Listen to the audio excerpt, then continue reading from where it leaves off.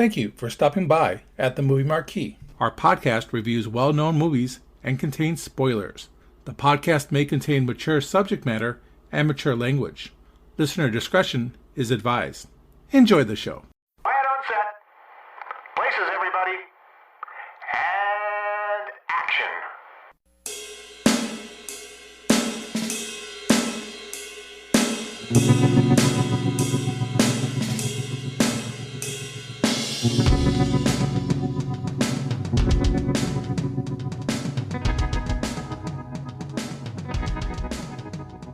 Welcome to the Movie Marquee.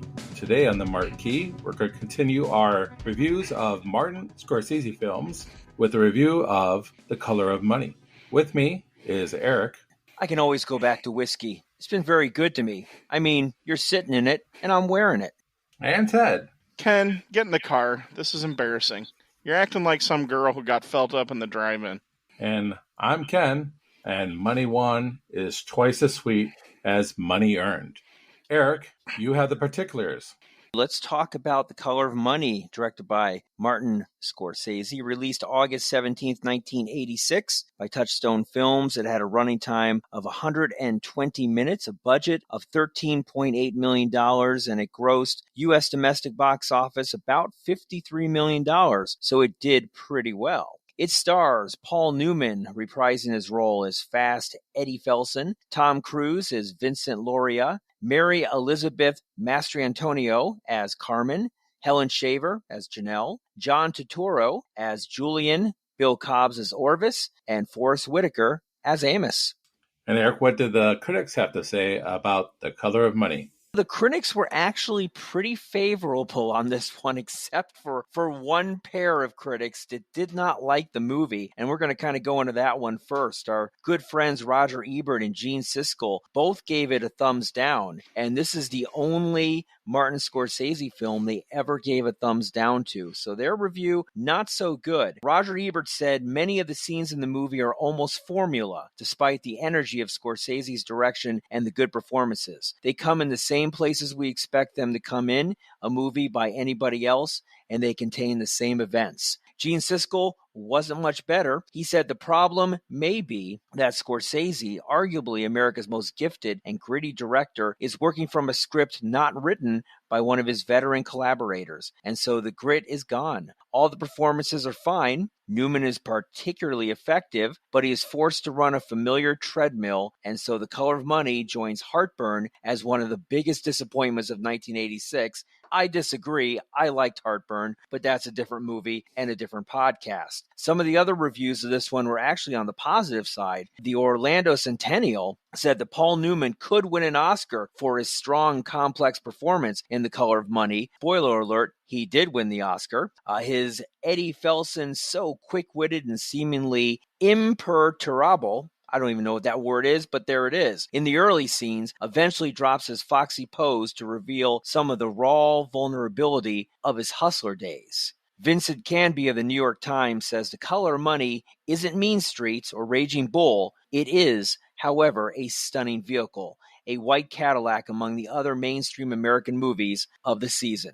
Paul Attanasio of the Washington Post, from the first frames of The Color of Money, you feel almost physically the presence of a man singularly obsessed with the romance of movies. In this movie, Martin Scorsese enters a new period in an already extraordinary career. It would be hard to exaggerate the complex pleasure and wonderment that The Color of Money conveys. All the reviews are pretty positive, this one. Pat Graham of The Reader, who says the underlying rhythms of repression and release are reflected in the film's visual line, with cool, controlled images suddenly giving way to aggressive flashes of liberating camera movement. The plot creaks a bit, and the character relations aren't exactly fresh, but all things considered, it's a reasonably satisfying effort of a movie. And that's the critic reviews.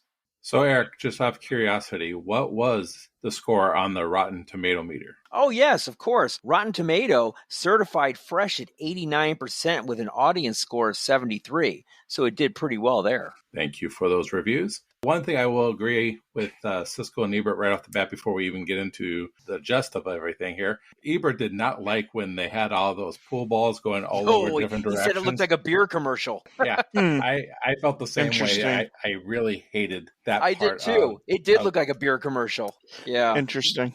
Didn't see the point of that at all. But I just wanted to point that out because I went on YouTube and listened to their review, and I was like, yeah, I had the same problems with that scene as they did. As did I. I listened to that review too, and I'll be honest, it's pretty hard to argue with their review. In doing the research, I've seen that this was the only unfavorable Scorsese that Roger Ebert ever gave. Yeah. And that's interesting. I didn't actually catch the part about that he said that part of the movie was like a beer commercial. That's interesting because some of the ball sequences, that was really ingenious. But I understand what you mean about the fast cut pool shots. I understand that. They both passed away before some of the later Scorsese movies came out. Even during the review, they were saying that Martin Scorsese was top three directors. They were saying that. I think they took it personally. They felt very disappointed. They were probably expecting just a phenomenal movie. And yes, this is a sequel, if you will, to The Hustler, but it's 30 years after. So you can really say that this movie really needs to stand on its own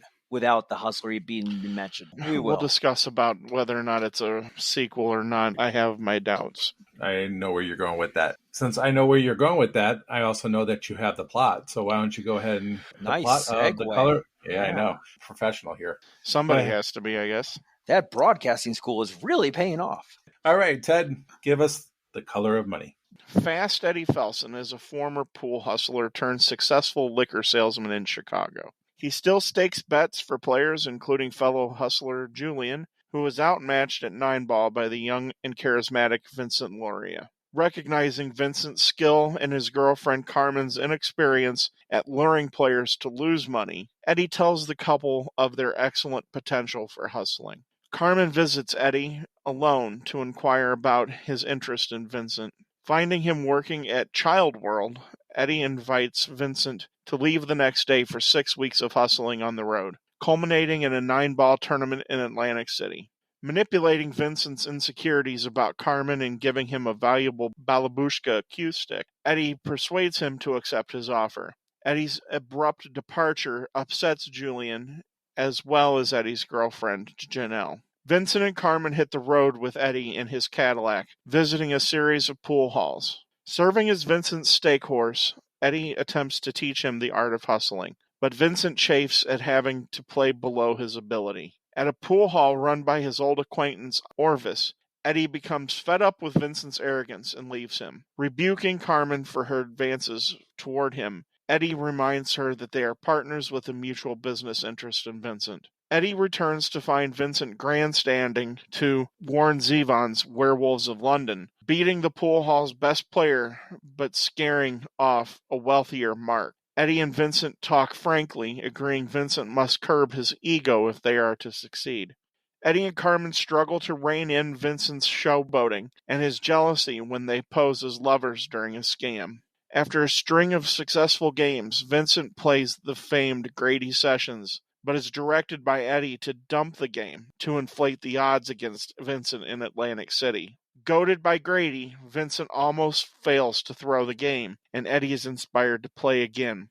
After some success, Eddie is taken by a pool shark named Amos.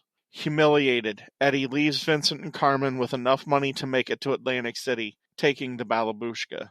Eddie refines his skills at Orvis's pool hall, gets into shape by swimming laps, and gets a pair of corrective lens sunglasses.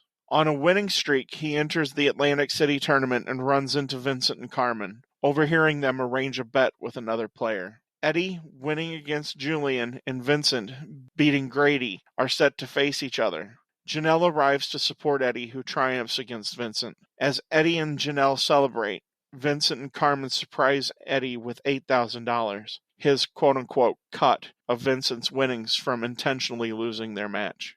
In his semifinal match, Eddie sees his reflection in the 2-ball. Disgruntled, he forfeits the game and returns Vincent's money. With plans to live with Janelle and determined to win legitimately, Eddie faces Vincent in a private match, declaring, "I'm back." Thank you, Ted, for the plot. When was the first time you guys saw The Color of Money? Let's start with Ted. I probably would have seen this movie in high school. This was a no-brainer for me as far as I have to see the movie because it's Martin Scorsese, it's Tom Cruise, and it's Paul Newman. Three people who are close to a home run as you could possibly get, and I was huge fans of all three. I actually saw this before I saw The Hustler, the Jackie Gleason, George C. Scott, and Paul Newman movie from the early 60s. When you see Scorsese, Cruise, and Newman, you have to see it. This would have been something I would have seen definitely in high school. Sounds good. How about you, Eric? I'm a carbon copy of Ted. I also saw this one in high school. Not exactly sure, but I know I saw it in high school for a lot of the same reasons. And like Ted as well, I also did not see The Hustler until after. That cast, Newman and Cruise, I mean, Cruise is at the height of his career, let's be honest. Guy could do no wrong in 85, 86, 87. Tom Cruise is in theater. You're like, oh, well, hell, you got to go see that movie. Of course, in 86, I was 12, so I wasn't really going to see The Color of Money in the theater. But obviously in high school, when you're, watching movies left and right and really discovering who some of these actors and directors are based on prior stuff, man, you're there. I agree with both of you. I was not aware of The Hustler before I saw this movie. I probably saw this movie probably a year after it was released on paid cable, where pretty much I saw all movies probably in the 1980s was on paid cable. But the draw of Tom Cruise was definitely there. Of course, Top Gun, Risky Business, The Outsiders, Taps. I mean, he already had some movies underneath his belt. Even though I was relatively young, I had already seen Paul Newman in a number of movies. The Verdict comes to mind as a 15-year-old seeing that film and actually liking that film. I also think it had a lot to do with the soundtrack. You had Eric Clapton's It's in the Way That You Use It. And I think that was a big selling point for me to see this movie because I had seen the video for it up until it came up on paid cable. So I think that probably out of everything was probably the number one reason why I ended up watching this movie. Soundtrack to this movie is really cool with Robbie Robertson doing a lot of the soundtrack and a little bit of Robert Palmer action on it. It is a really good movie soundtrack. It really is. I mean, one of the things that I noticed at the beginning of the movie was they were playing Phil Collins' One More Night. Yeah, in the bar. Yeah, in the bar. And I'm thinking, this is kind of setting this up for the whole movie here. That he wants that one more night, that one more time in the spotlight to be what he used to be. The music that's selected throughout the film, like Werewolves of London, when Tom Cruise is just going at his craziness during one of his matches. When he calls him the flake, he was bringing out his flakiness right there during that match, but he was in his elements. What do you think, Ted, about the music of this film? I'm in agreement. You can't go wrong when you're talking Warren Zevon and you're talking Muddy Waters has a couple of songs in there, and you're talking Eric Clapton. You're hitting it right out of the park. I did read a couple of things. Robbie Robertson, the reason he made it onto scoring this movie was because he was actually living with Martin Scorsese in New York. At the time, they were roommates. And that's ironic because Robbie Robertson is famous from his time with the band, and Scorsese had directed their final concert, The Last Waltz. That relationship continued. Also, Robbie Robertson wasn't allowed to use his voice in any way on his own soundtrack because he was signed with, I believe, MCA at the time, and they would not let him use his vocal talents on a Touchstone Pictures, and so I think it would have been released on Sony at the time. They said absolutely not, so he wasn't even allowed to use his own music, and it would have been interesting to have seen if he would have used something that he had written himself, or if he would have used something from his time with the band. Because of the traveling scenes, I mean, you could almost put the weight at any point during them traveling from city to city, trying to hustle people. It's kind of reminiscent of that song. As far as the songs go, they're fine. The part of the score that didn't really hit, it's the orchestra of the soundtrack of that part of the score. It was very mid-80s for me, and I'm not a huge fan of that particular orchestration. But as far as the songs that were used, it's awesome. Muddy Waters, Eric Clapton, Warren Zevon, and I'll even give you the Phil Collins. You're going to give me the Phil Collins? Yeah, Well, because Robbie Robertson did a lot of he did collaboration stuff with Scorsese on Raging Bull, King of Comedy, and The Last Waltz. He's got a great relationship with Scorsese. I think it all came from him having the relationship from The Last Waltz, because everything would have come after The Last Waltz there. Which is an incredible documentary. If you haven't seen it, highly recommend it. I mean, if you like rock and roll, it's who's who of everyone in '77. Rock and roll and the blues, it doesn't get any better than The Last Waltz. A couple other songs into this movie that, for me at least, Don Henley with Who Owns This Place and Let Yourself In For It with Robert Palmer.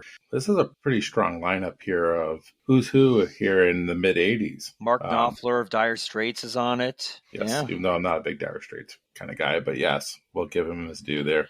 B.B. King, Willie Dixon. It's got everyone. It's impressive. It's one of those late night soundtracks you really want to just listen to, sucking down a 7 and 7 or an old fashioned or something, and just listen to it in its entirety and appreciate it. Listening to it now, I'm absolutely shocked that my dad didn't have the cassette tape from this, because I thoroughly enjoy movie soundtracks, especially the movie soundtracks from the 80s, like Ghostbusters and Footloose, and Top Gun is another one. I absolutely just loved those. I always thought of the movie soundtrack, especially from that time, it was the precursor to make your own playlist that is today. You knew if Kenny Loggins was on the soundtrack, you had a winner. Right. You had a hit. Yeah. So that's how I always kind of looked at the movie soundtrack. And personally, when I was 9, 10, and 11, I had a lot of those tapes. But I got that from my dad, too. My dad was a big collector of movie soundtrack and all types of music. That's surprising, especially because my dad really liked Eric Clapton a lot. I'm surprised One More Night wasn't on the soundtrack. There must have been some conflict in Atlantic and MCA. They didn't want to put it on there. Who knows? Right. It's hard to say. It's always interesting to see what goes on a movie soundtrack and what doesn't. Even later into the 90s, when you look at the Dazed and Confused soundtrack, Aerosmith doesn't pop up on the soundtrack. Sweet Emotion's not on there. Yeah. Yeah. And of course, neither is Dazed and Confused from Led Zeppelin. Since we're talking about Clapton, it would have been nice to get the song Crossroads in here, because I think that's... How about a Clapton cameo? That would have been cool. Especially being in Chicago. I mean, you have Muddy Waters, B.B. King, restaurant down in Chicago. I mean, Iggy Pop. Yeah, got Iggy Pop in there. Dude, Iggy Pop is creepy looking, especially in this movie. Iggy Pop has always been creepy looking. He is really creepy looking in this movie. He's always been extremely thin. Yeah. And he always looks like he's been in a fight. And being Iggy Pop, he probably was in a fight. Yeah, probably someone took his heroin. Yeah, he and the Stooges, it's an interesting tale of those guys. They lived the punk rock lifestyle. It's a weird cameo, though. It's kind of like out of place for all, like we just talked about, of all the people that could have been doing a cameo for him out of all these musical stars.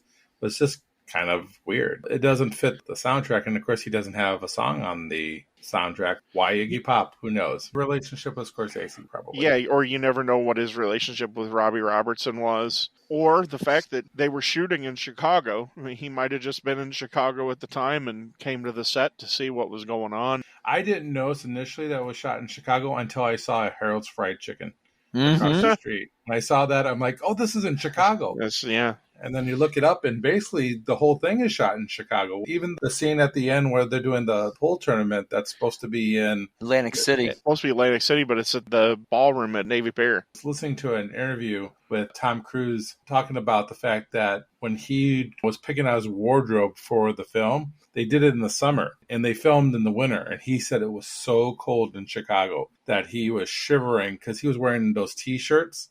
The Vince shirt. Yeah. And Newman knew better. Newman, if you see, he's got sweaters. He's got that jacket on. He came prepared. He knew that it was going to be cold in Chicago. And he even said to Cruise, at least this is what Tom Cruise says, so you picked your wardrobe out in the summer, didn't you? I actually think that it kind of works for the benefit of the movie, though, because it kind of shows that he's kind of an inexperienced guy, that he doesn't really know what to pack for himself. He's just kind of flying by the seat of his pants. He's a flake. Well, he's definitely that. Because he's got the Vince T-shirt on because of working at Chicago. And he's like, keep that shirt on. It's a nice touch. It's a nice touch. And Child World. There's Now- a name of the past. Child World. See, I moved to the Chicagoland area in around 2000. So you guys will have to fill me in. Is Child World, was that something in Chicagoland? Yeah. It's a Toys R Us knockoff. That's basically. what I thought, that it was Yeah. a Toys R Us kind of a deal. Me and Ted, of course, used to work at the same company, but next door to the foundry was a Child's World. Yep. It later became a Okay. gym, and I think it's a trampoline. All their buildings look Yeah. alike pretty much. Yeah, That makes sense now. That building would have been a Child's World because it almost looks identical to the one that Vince works at. I'm surprised he didn't tear it down and Interesting. build a new one, but whatever. the old Child's World building is right over here by the Fox Valley Mall. For all you listeners that want to look at a Child's World building, which is probably zero view. But anyway, That's So- interesting. I guess this goes back in the days where people wanted to film in Chicago, I guess. And I think that might have been actually Newman's idea. Well, part of Running Scared was made in Chicago. That was 1986. It comes to mind. The Blues Brothers, iconic. But not Wayne's World, for whatever reason, even though it's supposed to be in Aurora, it's not Aurora. So. Well, you mean Aurora doesn't have any palm trees? We don't have a Makitas. We were talking about the fact that we saw this movie before we saw The Hustler. After you watched The Color of Money and years later you watched The Hustler, what were your reactions to seeing The Hustler? Did you feel like disappointed by seeing The Hustler? Do you feel disappointed that you saw The Color of Money first? What are your impressions of being a movie that's offshoot of The Hustler? And I think that's a great way of saying it. I would consider it an offshoot. I would not consider it a sequel. Each one of these movies can stand alone on its own merits. The Hustler coming first has nothing to do with The Color of Money, but The Color of Money is not derivative of The Hustler. You can not see The Hustler, and most people of our age group have not, and The Color of Money stands on its own. It flows definitely with The Hustler. You can see the scenarios. You can see kind of the early life of Eddie Felson, kind of what made him him. But then, there's that 30-year gap where he changes careers and he's still in the pool game a little bit, but he's just staking other people. The beginning of The Color of Money is a type of movie that can stand on its own without The Hustler even being a factor. I come at it from a very similar point of view. I think The Hustler, in my opinion, is a better story than The Color of Money. In my opinion, the only two things that connect the two movies are the fact that Paul Newman's character is named Fast Eddie Felson. And other than that, they're two completely different animals. And I would even say that the two Fast Eddies are really different from each other. I don't really see how they connect. Now, there are novelizations of both The Hustler and The Color of Money. I'm going to be perfectly honest, I've not read either of them. They really kind of look like pulp novels from the pictures that I saw. I'm sure that there's a better connection of the characters in those movies, but even Paul Newman, he wanted to make it different from the book that was an actual sequel to The Hustler. So there's a real big difference in feel of the two movies. And that's ultimately, too, why Jackie Gleason and Paul Newman decided not to have Jackie Gleason be in The Color of Money. There was no place for him. There wasn't. Yeah, it was he said- forced. Because that's who Fast Eddie's chasing in The Hustler. And if you're going to make a sequel to The Hustler, wouldn't Vincent's character have been trying to chase Fast Eddie? I feel like Fast Eddie actually turned into Burt Gordon, the George C. Scott character in The Hustler, because he was all about, he had a nice car, he would get a car every year, and he would do it based on investing in people that were winners. And it seemed like Eddie had become that character at the beginning of this film when we see him, like you said, staking another guy to play pool instead of actually playing pool himself. How did he get to that point? Because he was a loser in The Hustler. George C. Scott called him a loser. And so how did he make the change over? That's why I don't think it's a direct thing, because that's even kind of glossed over. There's a 30-year by- gap in history. Right. And it's even glossed over by the Paul Newman character, where he said that I just gave it up. He said somebody ended me.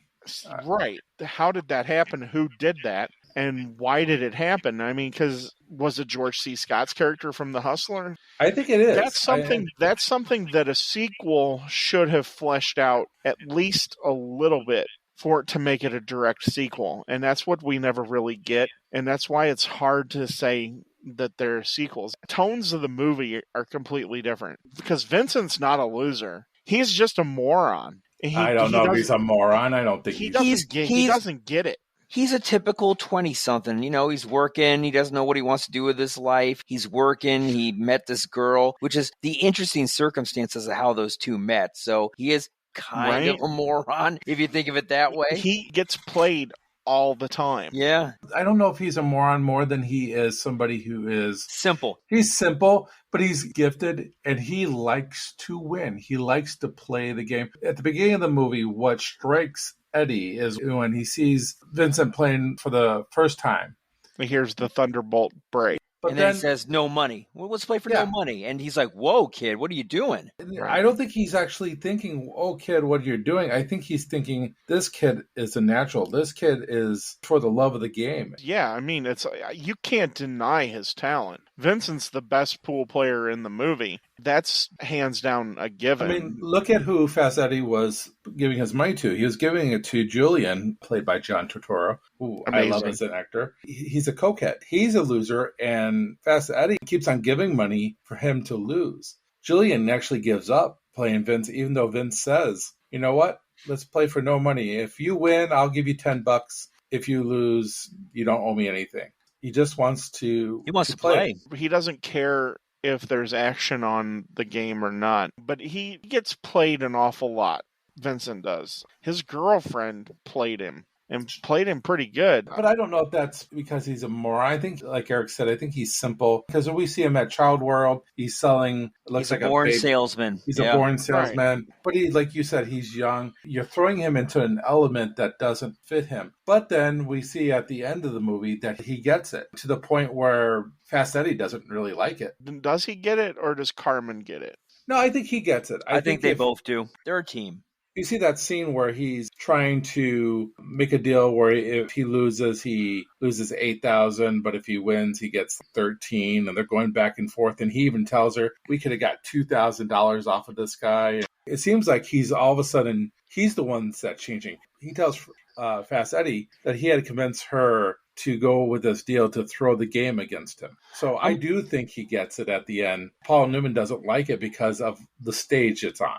Guys, I'm going to read you something here from an article that came out in October 1986. It's written by Myra Forsberg. She was interviewing all three of them. It's actually really good. I was kind of thumbing through it here. In it says, the give and take resulted in a story that opens with Eddie Felson, who is now a liquor salesman, meeting an ingenious young player named Vincent, Tom Cruise. When we pick up Eddie, he's still a hustler, says Mr. Scorsese, but a hustler who's afraid to play the game. The kid plays the game purely for the poetry of it. He doesn't understand anything about money, the manipulation of people, cheating. Eddie decides he can make a fortune with this kid. All he has to do is shape him into a hustler. Right, and that's why they go on the road. Yep. They don't go on the road because they want to perfect his pool skills. He's got those skills. No, he's an awesome pool player. He can't get his ego out of the way. Same as Fast Eddie in The Hustler, though. He can't get the ego out of the way. He's got Fats on the ropes in the beginning of the film. He could easily just walk away and have taken $18,000 off of him and walk away, but he doesn't because he wants more. And everybody around him is telling him, let's end it. Let's walk away. But he doesn't do it. There are some circles of life in this movie between The Hustler and The Color of Money. So there are some of that going on. I would have preferred to have seen George C. Scott come back and have like a protege that he has got going. And then those two proteges would have gone against each other instead of making Fast Eddie a pool player again. I'm not saying it's bad. I just think based on where he was in life, I would have probably liked to seen that dynamic and maybe Fast Eddie outthink George C. Scott's character. It would be more of a sequel if there were more than just to name Eddie Felson. You're right. Eddie Felson is the only thing that really draws this to any type of sequel, and that's not even enough. And I'm never going to argue against bringing George C. Scott onto film. I would have actually thought that would have been a better cameo or bring on than even Jackie Gleason. As much as I like Jackie Gleason, he does a great job as Fats in The Hustler. But to be honest, the nemesis really is George C. Scott. He's what makes that competition really go. But Eddie's always chasing the fat man.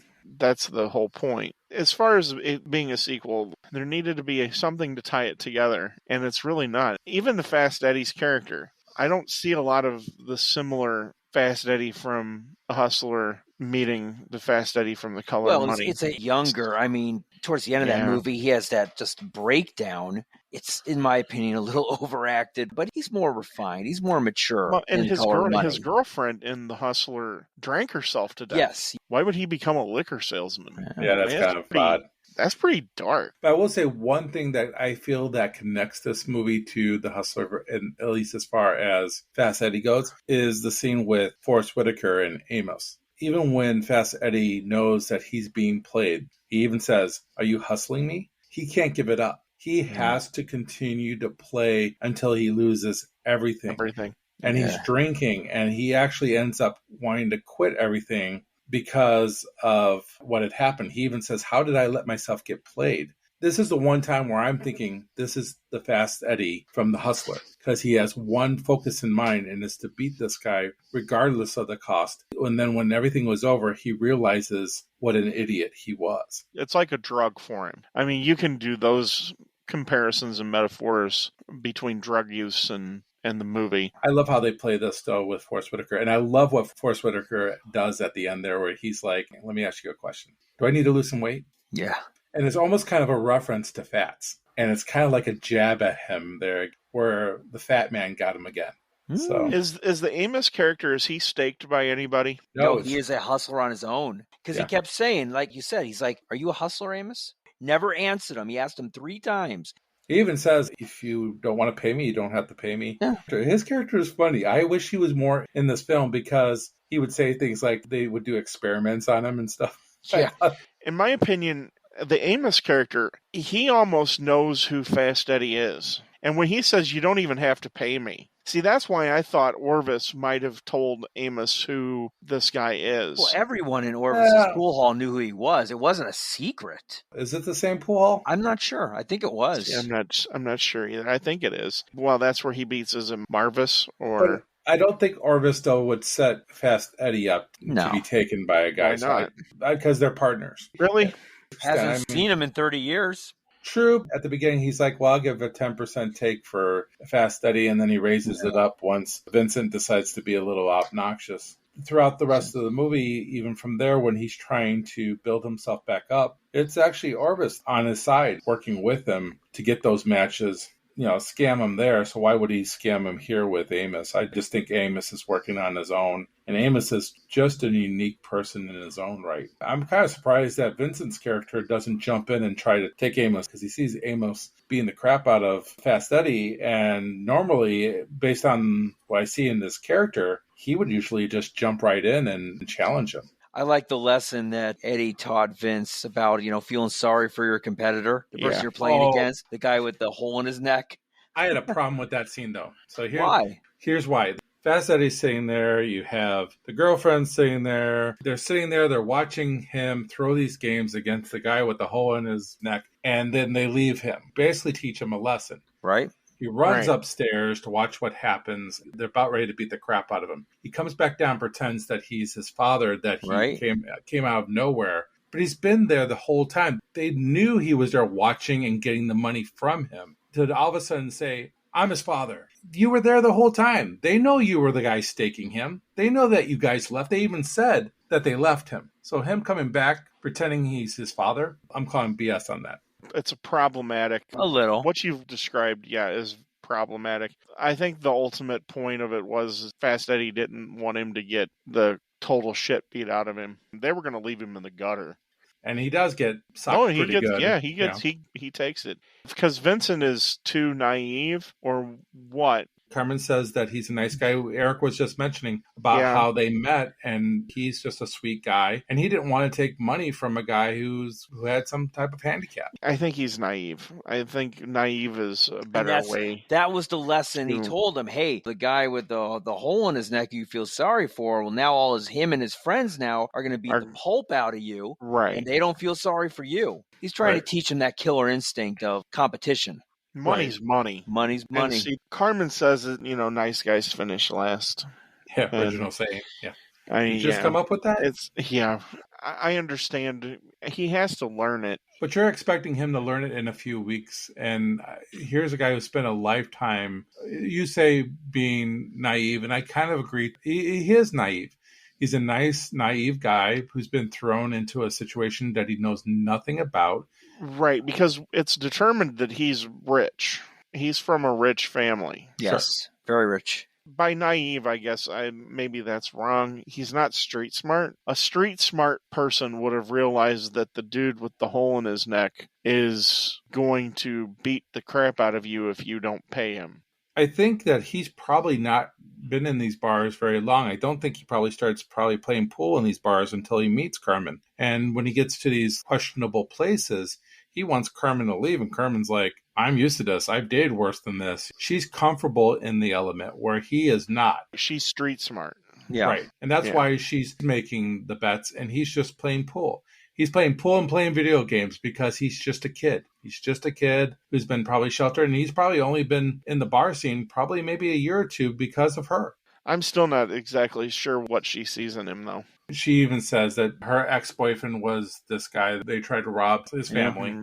And I think she sees the opposite of who she was with, and she wanted a switch because he is a nice guy. He is sweet. He does nice things to her. We don't see that sweetness as much, though, in the film. It's kind of weird. Like you said, Ted, I don't see why she's with him because when you watch the movie in general, I don't feel a chemistry between those two. I mean, I guess at the end of the movie, he has changed a bit, but a woman like her is going to get bored of a guy like him. I mean, if he doesn't come up and change to have a little bit more of an edge, she's going to get bored. Fast Eddie even kind of says something to that extent. Right, plants the seeds there. Yeah. Because Fast Eddie wants to know what exactly the deal is. Kind of alludes it to Vincent that you need to catch up, you need to get up to speed because this girl's going to leave you in the dust. But I think he uses that also to play him because I think he uses Carmen to do that. He tells Carmen to leave and get the cigarettes across the street because clearly Vincent looks around, doesn't see her. He's scared. Where did she go? Paranoid. Yeah. That whole dynamic, that was kind of weird for me as well. I didn't really care for that part. He's building on his insecurities of his relationship. We see at the end, though, he is what you want him to be. He's more interesting. He has an edge. When Eddie says, I want his game, I want his best game, she goes, then you need to ask him because she's gotten to the point where she can't control him. He's kind of running things again. Yeah, he's running things and she's not. And you could see the attitude change. He's no longer the sweet guy at the end. He's this vicious, mean. I wouldn't go that far, but yeah, he's definitely different. He's definitely changed. I don't know exactly how far. I mean, the whole idea to throw the game that was actually pretty ingenious. That's the student learning from the teacher. Right. But unfortunately, he did it against the teacher. Since we're talking about that part of the scene, what are your thoughts here about the ending? Do you like the ending? Would you change the ending? What are your thoughts here about him being played at the end? And would you have liked to seen something done differently? I don't like the ending for the fact that it's wide open. It leaves it open for a third movie. Clearly, that's what I got out of it. We know that last line from Paul Newman, I'm like, eventually there's going to be a third movie. But I didn't like the way it ended. It was just way, way too open. He wanted his best game, and I don't blame him. You know, the movie was 2 hours, 120 minutes. There's a few things you probably could have taken out of this movie and added a little bit more meat to it to give us a little bit more information, including maybe a little bit better of an ending.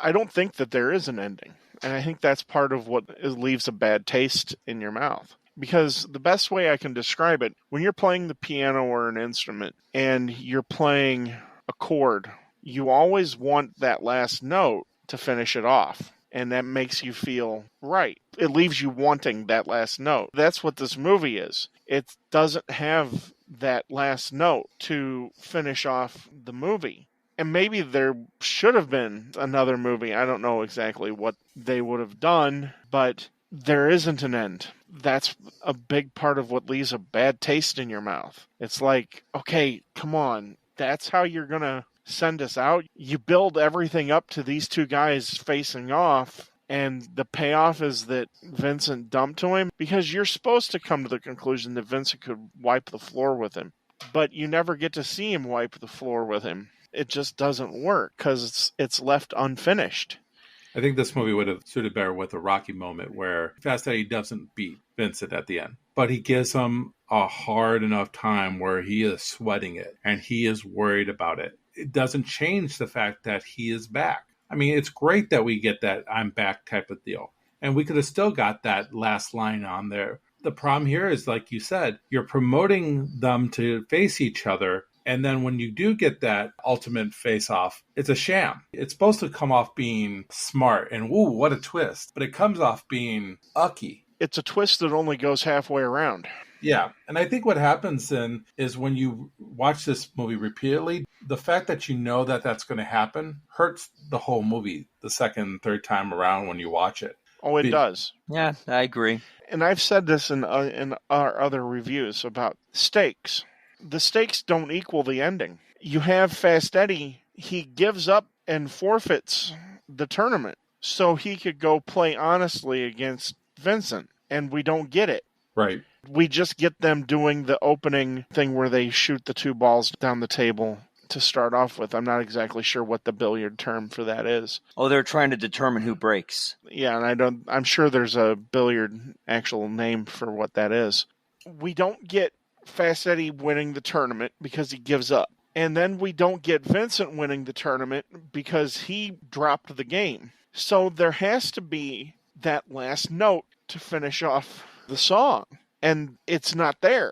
Why exactly did Fast Eddie give up? He should have just wiped the floor with that guy. The guy that had the weird wrap on his head. Yeah. Why did he just tear it up the rest of the tournament, win the tournament, be like, you know what, I won, and then go up to Vincent and throw the trophy in his face and be like, this doesn't mean shit because you dumped to me, and here, take the damn trophy. That's more satisfying than I quit, and now we're supposed to play for, I guess they end up... $8,000. Yeah, the $8,000. Wasn't the winner of the tournament supposed to get 25 or 50? He even dismisses the $8,000. He goes, whatever. He doesn't care about the money. He just wants Not his at all. best. Yeah. I mean, that's fine, but don't have us at a tournament. Don't have us at a tournament where he gives up and Vincent drops the game after he beats, who ironically, Vincent beats a real-life pool player who spent a lot of time on ESPN in the 80s, but then loses to Fast Eddie because he drops the game, and then Fast Eddie doesn't go on to win. Don't have us in that situation. Have us at a place where, let's say, he goes into a place and he's hustling the place, and in walks Fast Eddie. That's where they hash it out for who's the best. Kind of like, ironically enough, the end of The Hustler. Ah. I think what you said, Ken, is very accurate. Whoever wrote the screenplay, and I believe this was the second person that wrote a screenplay of an adaptation for the book. Yeah, because the original person who wrote the book wrote a screenplay for the movie, but they dismissed it. He was trying to be too cute. Mm-hmm. And that was not a place to be cute when you've left us in discord. If you've not seen the movie before, you're kind of like, I wasted time. And that's kind of sad because the movie is really good. The end doesn't equal the performances of the three main characters. And even like what Kenneth said, even Forrest Whitaker, I mean, he really plays that role well. And it's a departure from what Forrest Whitaker was known for at the time. He was in Platoon, and then he was the funny guy in Good Morning Vietnam. And he was alongside the football player in Fast Times at Ridgemont High. Right. Let me give you another alternative ending to this film, because I agree with you. The thing that actually bugs me, though, more than throwing the match was the forfeit. So I really hated the forfeit. Me too. You saw your reflection in a ball, and all of a sudden you got a conscious and then quit. I would have rather seen him play the next round and actually got his butt kicked. And when he's leaving, down and out, Vincent comes up to him and says, "Don't be down. Don't be sad. I got some great news for you. We won money from you throwing the game against you earlier." That would have set up, I think, the ending a little bit better because of the fact he hasn't played against other people for 25 years. and to all of a sudden put him into the semifinals, it's a stretch. Let's just face it. It's still a stretch. I don't care how much practice he did in 3 weeks and got new glasses and decided to become a swimmer. I know. I like the swimming. That makes all your pool players definitely need to be Olympic swimmers. Yes. Him losing in the semifinals, it could have been close or it could have been whitewashed or whatever the case may be. If he would have then presented him that money after all that, I think would have been a little bit more interesting than doing it in between matches. Or if he actually loses because he can't get over the fact that Vincent dropped the game to him, that mentally screws him to the point where he can't function in the game. Yeah. If he forfeits and it costs Vince money, because then he plays him and then maybe he has his girlfriend put a bet on the other guy and they win money. Make the forfeit matter in some type of way. You're not going to show us a match at the end, and that match could have happened even if he didn't forfeit. It doesn't make sense. And for Vince to get all mad and flustered from it all, it doesn't make sense either. Why throw a fit over getting your $8,000 back? It's just, right. It's trying to be too cute. And I think that, again, comes from the writers, but it also comes from, I believe, Scorsese not having full control of this film. In a couple of interviews I've listened to, one, Scorsese says that it was a collaboration between him and Newman.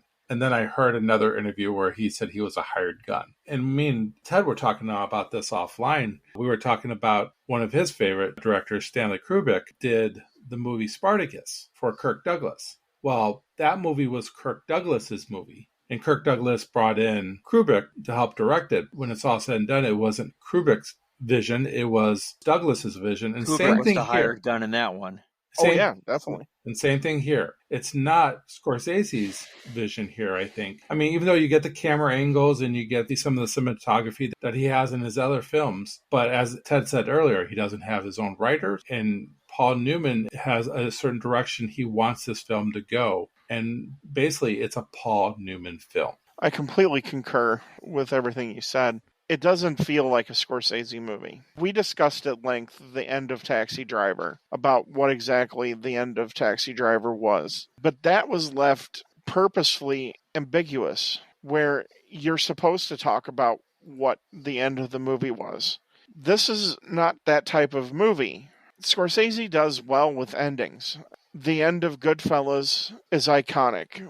I tried to order pasta and all I got was ketchup on his pasta. And Henry Hill in Suburbia Hell. And the end of Casino, Lefty is left with no friends in Vegas. And he can't even work in Vegas anymore. And his wife has OD'd and is dead. His best friend is dead in a cornfield. He has endings, and Jake LaMotta looking at his reflection in the mirror in Raging Bull. There are certain things that Scorsese does really well as far as endings. It doesn't feel right here, because there's a lot of things that I do like about the movie, but it feels like that the story and how they wanted to take the story, Scorsese probably very little influence as to where the story was going to go. That's all I can think. Yeah, I would agree. You were talking about the reflection, because he does use the reflection here off the pool ball. What would have been more interesting is if that reflection was done at the end of the film when he says, "I'm back." That would have been a little bit more Scorsese-esque. Yeah, and that's one of the coolest shots in the movie, seeing where Newman sees his reflection in the pool ball. It's just where they go with that after the reflection that is the problem. Right. Maybe he looks in there and he says to himself, I need to move forward. I got here. He tells Vincent at the end of the film here that he's not back selling stuff at Child World, that he's here. But he doesn't take his own advice. He doesn't look at that pool ball and say to himself, I'm here, and let's make the most out of it. He walks away from it. And then his girlfriend says, well, I like men with integrity. Throughout the whole movie, you're trying to scam people out of money by playing pool. What kind of integrity are you talking about? See, that doesn't fit either. I would have been happier if, knowing what we know, and now we know that Paul Newman's character knows that Vincent dumped to him, and we know that he's on tilt. He's off balance. The look into that two ball. Paul Newman's a good enough actor that he can pull that off, where you know that everything's not right. If that's the last shot in the movie,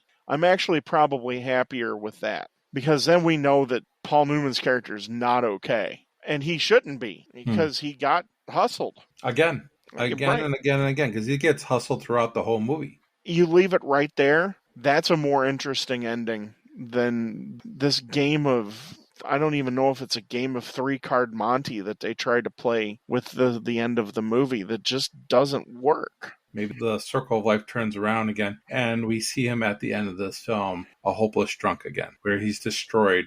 Vincent says to him, "You used me," and he goes, "Yes, I did," and that they're even. But I think it would have been better is if he used him, got to where he was at, and everything that happened to him being hustled in a tournament of this proportion, and he didn't see it. Here's the other thing. You could see the shots that Vincent misses on purpose. In Fast Eddie doesn't think twice about it, doesn't go up to him and say, "Are you throwing this?" That would have been cooler if he would have figured it out. In the middle of the match, he goes, "I want your best game now." If he saw that he was throwing it during the game, I think then you have a perfect movie, because then he could say, "You want my best game? You couldn't handle my best game." And then that's where the rest of the match goes. It doesn't matter who wins the final tournament. It matters who wins that match at the end. And that's how it should have ended. Because then we get the showdown that we've been wanting ever since they met. I completely am on board with that. But you're exactly also very right that it's very obvious which shots are not. They're easy shots. Right. And compared to some of the trick shots that have been done throughout the movie, it doesn't add up. And it's sad because, like I've said probably 2 or 3 times, there's a lot I like about this movie. It's just the ending, it falls flat. It's disappointing because the performances here are good. Tom Cruise is doing his Tom Cruise thing, but it's really enjoyable. Paul Newman, we could debate this all we want as far as did he deserve the Academy Award? I say no, but it's still a good performance. And then Mary Elizabeth, I'm going to butcher her last name, was it? Mastrantonio. Mastrantonio. Yeah. She does a really good job. And other things I've seen her in, she sucks. I'm sorry. I don't like her. I think of Robin Hood, Prince of Thieves, and her as Maid Marian. Oh, man, that was a horrible performance. But here, she does a great job. All of them are doing a good job, but they can't overcome the writing of this film and, unfortunately, the direction of the film. Not the directing of the movie as far as the shots and everything, but the storyline, the way that Paul Newman wants this movie to be. Maybe it's enjoyable for him, but I hate to say it leaves a bad taste in my mouth, which is like you go to a nice restaurant and you have your appetizer and you're like, "Oh, this is really good." And then you get to your main entree and you're extremely disappointed. That's how I feel about this movie. It feels like it could have been really great, and it's just kind of mediocre. Yeah, there was a few things that really, really fell flat and is really kind of disappointing. Let's talk briefly here about the Best Actor nominees of, 87, I think? Yeah, February of 87. Looking at the list here, we know Paul Newman won for Color of Money. So you had Dexter Gordon for Round Midnight. You had Bob Hoskins of Mona Lisa. William Hurt for Children of a Lesser God. James Woods for Salvador. I'll be honest, I've seen Children of a Lesser God. I've not seen the other movies. I haven't either. I'd actually have to see those movies to know, but William Hurt was good, very good in Children. William Hurt, I like him a lot. You could say that he won based off of the nominees. Yeah, it's weak. And again, me and Ted were talking about this, and maybe I'll let Ted share about the Academy Awards with Paul Newman.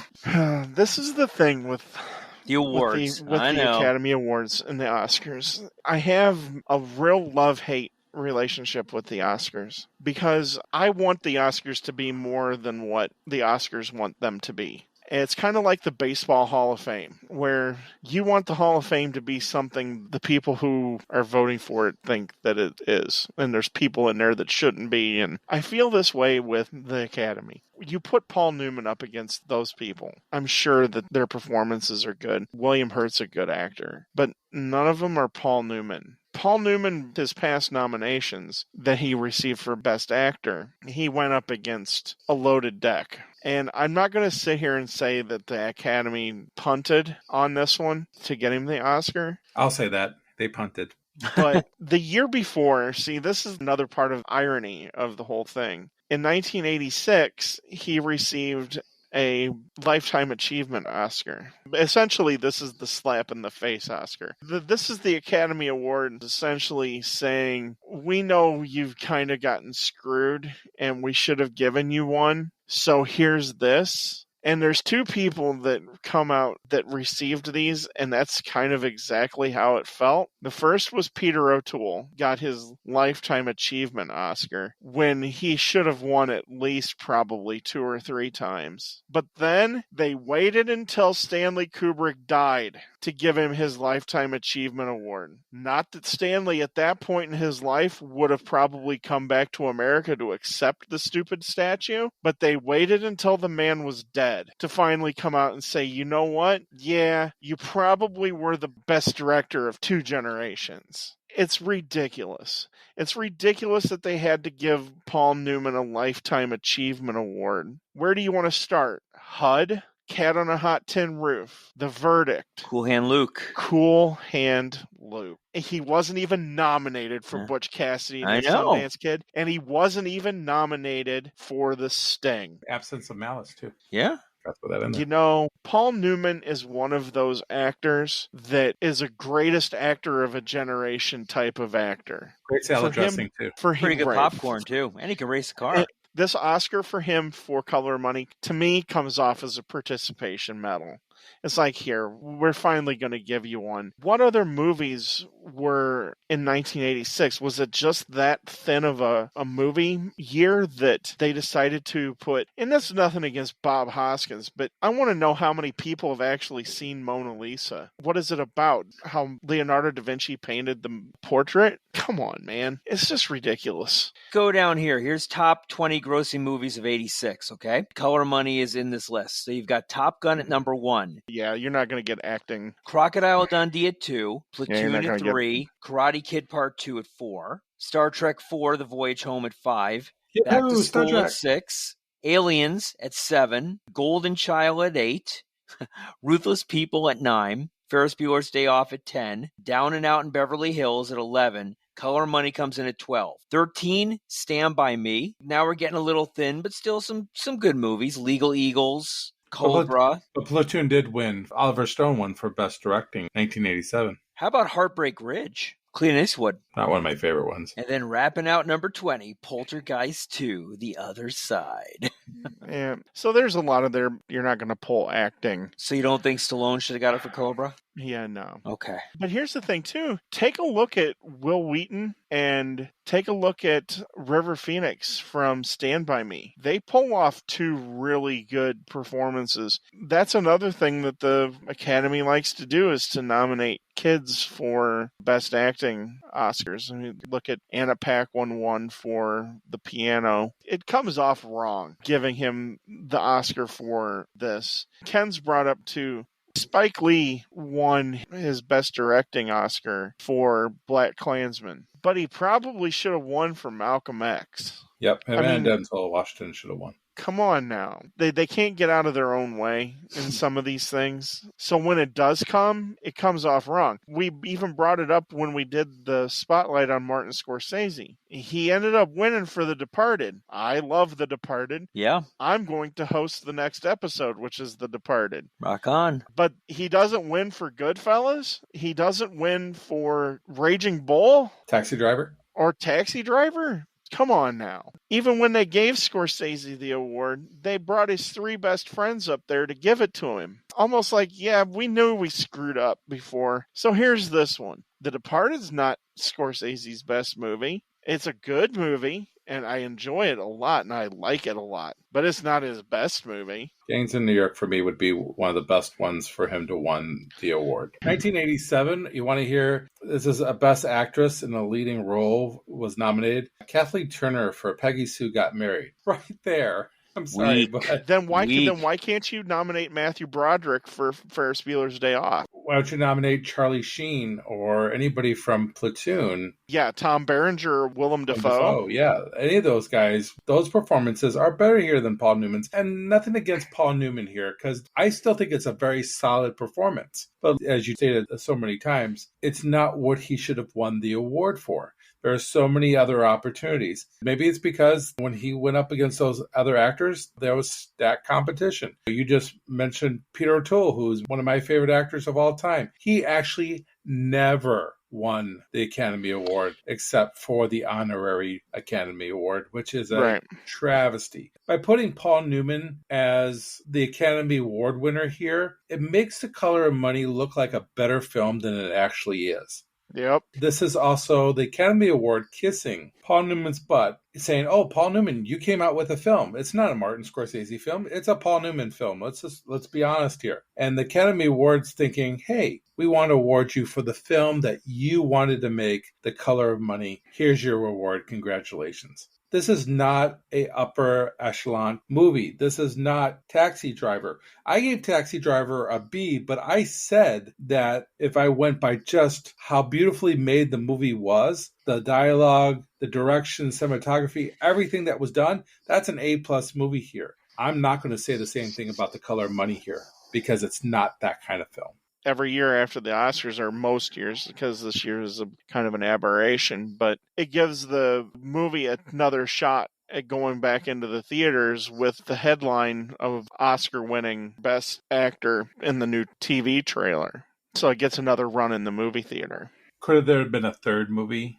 I was talking to Eric offline earlier this morning about this. Tom Cruise is at that age now where you can bring him back to do kind of the same thing. And do it right this time, though. I would go see it. I would definitely go see it. Probably. I don't know. I mean, maybe then it ties up some loose ends. Maybe we find out that Eddie ended him. Are we going to find out that Vincent got his dental surgery and his teeth got fixed? So I didn't have a problem with Tom Cruise's teeth here. I know we talked about that offline, but I didn't. I'm sorry for everybody who listens now. Once you see his teeth, you can't unsee them. This is pre-Tom Cruise having dental surgery. I don't know why then it would have been a problem in Top Gun, Risky Business, because it's the same teeth. But most of that time, he smiles with his mouth closed. No, he's got his choppers out. I remember those. Top Gun. Oh, yeah. I didn't see the same thing that you saw. I did see that it needed work, but I didn't think it was something that distracted me throughout the whole film. Work. Take a look at Top Gun. We're not really looking at Tom Cruise's teeth. Oh. Let's be perfectly honest. Yeah, it's still, but I mean, he has a big cheesy smile in that one. I probably would have remembered that. Well, we're at the end here. We've talked about as much as I think we should talk about Color of Money. So let's go ahead and look at our final reviews of The Color of Money. Ted, share us your review of The Color of Money. Thanks, Ken. This is a tough grade for me because there's a lot that I like about the movie. I like a lot of the cinematography of the movie. Really didn't even touch on some of my favorite parts. I love how Scorsese captures the ball going into the pocket or the up-close shots of the pool balls.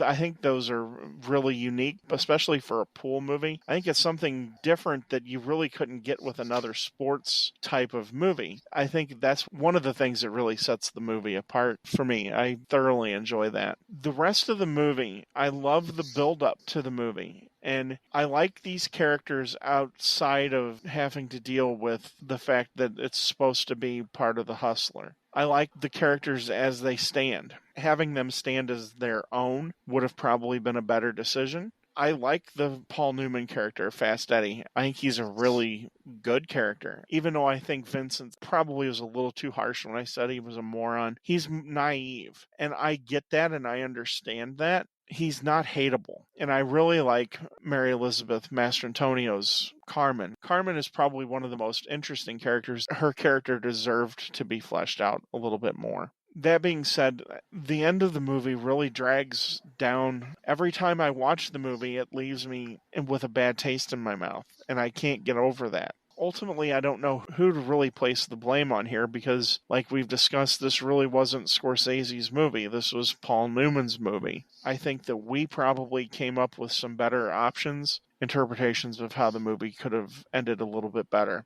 That being said, I love the soundtrack of the movie. I think that the use of the blues, especially being in Chicago, it was really good. It was really cool. Like you're really walking into a smoky old billiard hall. There's not going to be fresh rock and roll from the 80s on the jukebox. It's going to be Eric Clapton. It's going to be Muddy Waters. It's going to be B.B. King. It's going to be those type of people that adds that smoky billiard hall feel to the movie. And I think that really comes through. And I really enjoy that part of it as well. With all of that being said, the movie is going to be a C+ for me. And that's hard for me to do for a Martin Scorsese movie because I love Marty. Marty is, in my opinion, one of the 5 best directors to have done it. This movie just falls short of the expectation and the high bar that is set. I know the last few movies I've kind of fallen out of step with Roger Ebert. I wholeheartedly agree with both Siskel and Ebert on this one. So that's where I have to fall with a C+. Thank you, Ted. How about you, Eric? I'd have to agree with Ted on a majority of his review as well. I know when I first watched this movie, it was so built up and so hyped. And even that opening scene where he's trying to, if you will, hustle the booze, the bourbon, if you will, to, I think then his girlfriend at the time. But still, it's such a build-up when you're watching his opening scene. It's so cool. You know, you got the pool in the background and you got the little speech that he's given, you know, about trying to sell the booze and stuff. And it's just so cool. And then you hear the crack of the rack of the balls and it's like, whoa. And it's just built up so high. And then as the movie goes on, it's really systematic. It is almost borderline predictable. And I would agree with Ted on this one that I would also agree with Siskel and Ebert's review. Unfortunately for me, this is not one of my favorite Martin Scorsese movies. I picked this movie, though, because I wanted a variety of Martin Scorsese movies. I didn't want your stereotypicals. There's a lot of other movies we could have picked in place of this, and I don't regret it. I'm thoroughly happy that I picked this movie, and I'm thoroughly happy that we discussed it. The cast for me is great. I think Tom Cruise is incredible in this movie. I think Paul Newman is incredible in this movie. I do think this is Paul Newman's movie. This is a movie that he did want to make, and it shows. It really does. You see some really great cinematography in this. Scorsese's action shots of pool scenes and the film work. The music is perfect. The music is one of the high points. Overall, I think this movie is not on par with what Martin Scorsese should be doing. I would consider this movie slightly above average. Very hard for me in this rating as well with Ted. I am right there at a C+, B-. I'm right on the fence. The more I think about it, it hurts me. It's a C+ too. All right, Eric. This is kind of weird. We're kind of in agreement on a movie like this. I'm not much different than what you guys had just basically said. I think the performances here are good, not excellent. They're not Oscar worthy. This is a film, there's a high expectation that we get because you have a movie like The Hustler. Now, all 3 of us got to see this movie before we saw The Hustler, so that wasn't an expectation that we had. But I think especially as I've gotten older and have seen The Hustler and have also seen many, many movies, watching this for this podcast was kind of a downer. Kind of like for Eric and Ted with The Goonies, this was kind of like how I felt with The Color of Money. There's some great things here. The pull shots are amazing. Tom Cruise spent a lot of time practicing these pull shots and did most of them except for, I think, the ball that jumps over and knocks in the 9. He didn't do that one. But Scorsese says that if Tom Cruise would have practiced a couple more days on that, he probably would have nailed that too. The shots are great. They're the highlight of the movie, except the part where they show all the pool balls going back and forth and clicking. That was just annoying, and I agree with Ebert and Siskel. In fact, they're spot on with their review of The Color of Money. You just want more, and you have this buildup, and you're leading your audience somewhere, and as Ted said earlier, you try to be too cute at the end, and it falls on its face. It's unfortunate. Like I said, the actors worked hard on this, and they brought you up to a certain point, and the writing failed them. Is that on Paul Newman? Probably so. Is it on Martin Scorsese? Probably so. They should have worked a little bit harder on the script. If it meant so much to Paul Newman, he should have let the people that do their jobs, let them do their jobs and not be part of it. Getting Scorsese is the right idea, but letting him do it with one hand tied around his back is probably not the best thing to do. I'm again in the same situation though with Eric and with Ted as far as where do I fall in this. And I'm in the same boat between a B- and a C+. on any given day, you can ask me, and I might give you a B- one day, and I might give you a C+ the next day, because I'm just not that sure. I know I like it. I just don't like it. It's better than, let's say, Assassins, which Eric would be very happy to hear me say. So based on that, I'm going to lean on B-. You might ask me tomorrow, and I might say C+. But today, on this show, I'm going to say B- for The Color of Money. Ted, where can these lovely people find us on the web? Well, on Twitter, we are at the movie_marquee with 2 E's. Thank you, Ted. You can also join us on Facebook. We have a Facebook page, The Movie Marquee. We are interacting with our listeners. One of the questions that we had was, and this was based on our release of Maverick, what is your favorite movie that was once a TV show, or vice versa? Some of the answers that we got was, well, Maverick. We got MASH. 21 Jump Street was the movie that Ted stated. Not sure about that one. The Addams Family from Laura. Serenity, which I don't think I ever saw Serenity. Serenity Now. Serenity Now! That's from Seinfeld. Seinfeld. Well, that's probably different, though, right? Probably different, since Seinfeld never became a movie, I guess. Highlander also was There a can movie only that be became one. a TV show. There only could be one. And there should only be one podcast, especially a movie podcast, that you should be listening to, and that's the Movie Marquee. So, Ted, you're going to be hosting the next episode. What's the next episode about? The next episode in our 4-pack of Martin Scorsese movies is going to be The Departed. With Jack Nicholson and Matt Damon. Hello, Matt Damon. Matt Damon and Marky Mark and the Funky Bunch. Yeah, the whole Funky Bunch is in this movie, so that's pretty and you cool. have a Martin Sheen in there, and you even have yourself a Alec Baldwin. A lot of scene chewers. Well, we look forward to that. Definitely. Well, on that note, See you at the movies. See you next week, folks. see you next time at the Movie Marquee.